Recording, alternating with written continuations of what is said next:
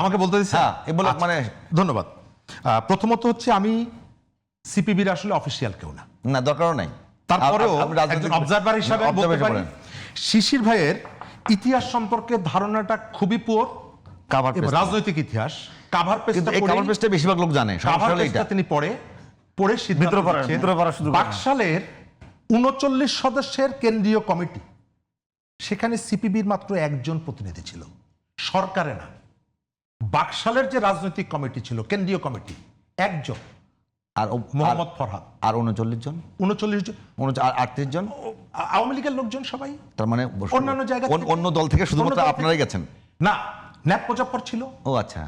অন্যান্য যারা ছিল সিপিবির থেকে মাত্র একজন।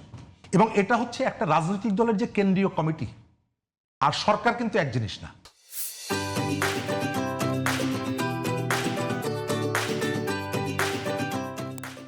এনসিপির কেন্দ্রীয় কমিটি আর এনসিপির সরকার, বিএনপির কেন্দ্রীয় কমিটির অনেক প্রভাবশালী নেতা তারা সরকারে নেই, মির্জা আব্বাস সরকারে নেই।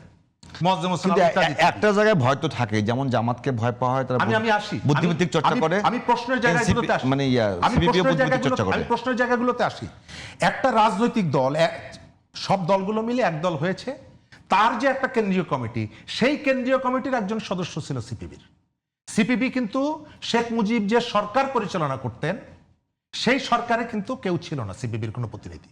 সুতরাং রাষ্ট্র এবং দল, এই যে তিনি যেভাবে বললেন, তাতে মনে হয় যেন পুরো ক্যাবিনেটের পুরো 15 আনাই আমরা ছিলাম।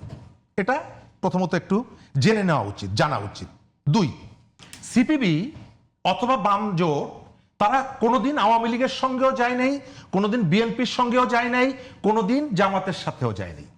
তারা চাইলে আওয়ামী লীগের কাছ থেকে 10টা সিট নিতে পারত, তারা এবার চাইলে বিএনপির কাছ থেকেও সিট নিতে পারত। তারা সকালে বিএনপির সাথে চাইলে বৈঠক করতে পারত, বিকালে গোপনে জামাতের সাথে বৈঠক করতে পারত।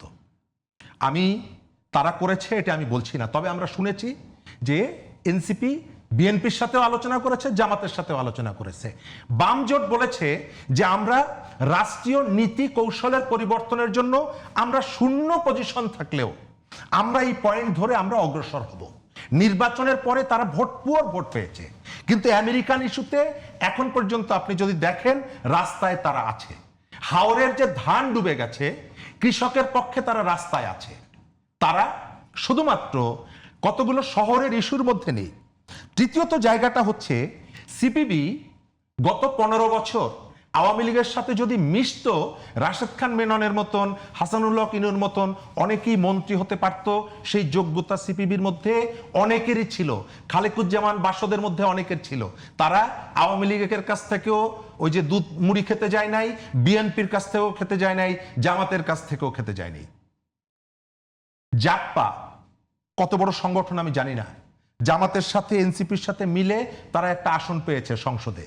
সিপিবি চাইলে এদের কারোর সঙ্গে থাকলে 2-5টা সিট সিপিবি নিতে পারত, এটা স্বীকার করতে হবে। সিপিবি যায়নি কেন? তার একটা পলিটিক্স আছে, সে মনে করে সেই পলিটিক্সটা মানুষ যদি গ্রহণ নাও করে, তারপরে সে চালিয়ে যাবে।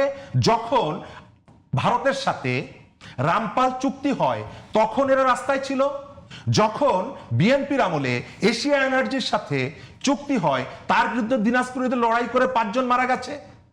অর্থাৎ আওয়ামী লীগের সময়ও সিপিবি বামপন্থীরা আওয়ামী লীগের পলিসির বিরুদ্ধে লড়াই করেছে, বিএনপির সময়ও বামপন্থীরা বিএনপির পলিসির বিরুদ্ধে লড়াই করেছে। শিশির ভাইরা তাদের প্রয়োজনের মতো একে এদিকে ঠেলে দেয়, তাকে সেদিকে ঠেলে দেয় পছন্দ মতো। আমি শেষ করে দিব এই জায়গাটায়, কোন রাজনৈতিক দলের সাথে আমাদের কোনো রেষারেষি, সংঘাত, রক্তপাত নাই।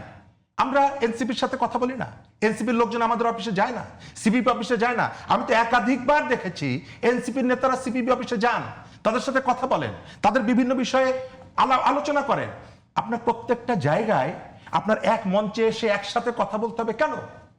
আপনার ভিন্নতা থাকতে পারে, আপনি আপনার কথাগুলো বলতে পারেন।